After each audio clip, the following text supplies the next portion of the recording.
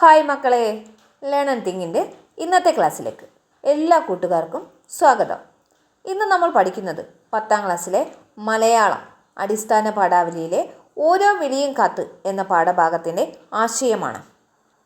ആശയം: ആധുനിക കഥാകൃത്തുക്കളിൽ ശ്രദ്ധേയനാണ് UK കുമാരൻ. അദ്ദേഹത്തിൻ്റെ ശ്രദ്ധേയമായ കഥയാണ് ഓരോ വിളിയും കാത്ത്. സ്നേഹബന്ധത്തിൻ്റെ തീവ്രതയും ഊഷ്മളതയും പകരുന്ന കഥയാണിത്.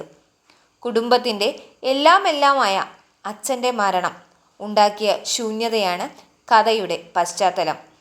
അച്ഛൻ കിടപ്പിലായപ്പോൾ പോലും സജീവ സാന്നിധ്യമുണ്ടായിരുന്നു. അപ്പോഴും അച്ഛൻ്റെ നിർദ്ദേശങ്ങൾക്കനുസരിച്ചായിരുന്നു വീടിൻ്റെ ചലനം.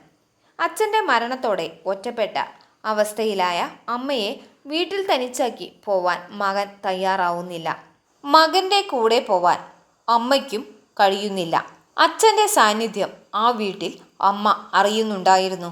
ഒടുവിൽ മകൻ്റെ നിർബന്ധത്തിനു വഴങ്ങി മകനോടൊപ്പം നഗരത്തിലേക്ക് മാറാൻ അമ്മ തയ്യാറാവുന്നു. എന്നാൽ മകൻ ഒന്നിച്ച് നഗരത്തിലേക്ക് പോവേണ്ട ദിവസമെത്തിയപ്പോൾ അമ്മ കിടക്കയിൽ നിന്ന് എണീറ്റതേയില്ല. തൻ്റെ നിസ്സഹായതയാണ് അമ്മ വെളിപ്പെടുത്തുന്നത്. ഞാൻ എങ്ങനെയാ മോനെ വരിക? അച്ഛൻ എന്നെ എപ്പോഴും വിളിച്ചുകൊണ്ടിരിക്കുകയാണ്. ഇന്നലെയും വിളിക്കുമ്പോൾ ഞാനിവിടെ ഇല്ലാന്ന് വെച്ചാൽ?